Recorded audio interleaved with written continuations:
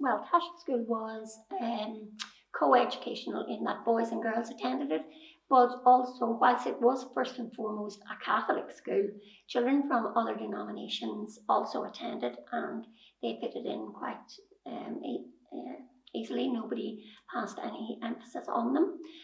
We played along just as children do.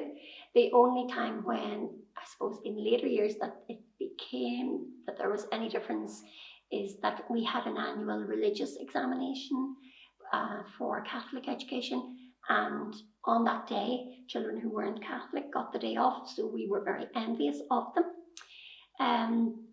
I suppose it was integrated education before integrated education came into practice. The great thing about it is that there is a Catholic priest who's a missionary in Kenya at the moment called Father Gabriel Dolan, who went to school here, and also a year ahead of him is a Protestant minister, the Reverend George Irwin. So both of those were educated side by side in Cashel School. We forged lasting relationships and friendships, and I suppose the lesson in it was your neighbour is your neighbour, and we all had the same feelings and we played the same games, and I think it lasted and stood us in good stead for the rest of our lives. There was a strong emphasis on religion. We were prepared for the sacraments of First Confession, First Communion and Confirmation. So we had to learn, there was a first catechism, and then you progressed on to the second catechism, which was a question and answer about who made the world, and we had to learn those off quite rigidly.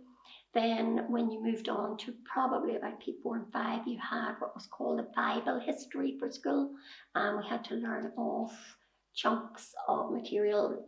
I have an old Bible which is marked and ticked where you would have that for your homework, and you learned it by rote, parts from the Old Testament, all the New Testament, the miracles, but you learned it off as a complete story. And at the time, probably some of the language was completely foreign to us, but as you grow older, I suppose it all made sense and fell into place.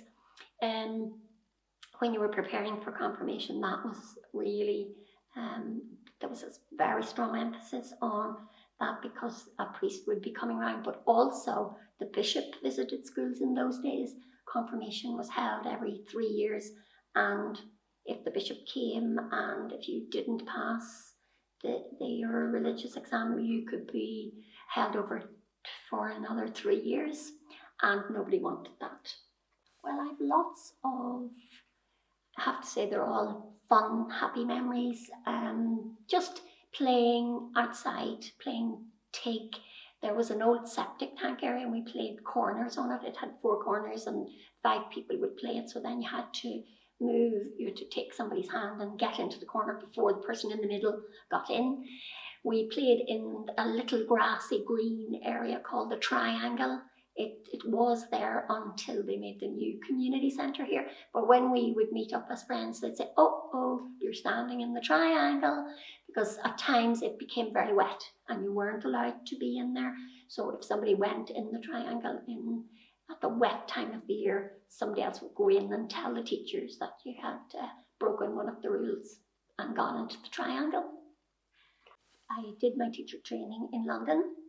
So I was there for 4 years, and then I came back, and in the meantime, this small school here had closed, along with 3 other schools in the area, and a bigger new primary school was built in Garrison, St. Martin's Primary School. So I began teaching there in 1979.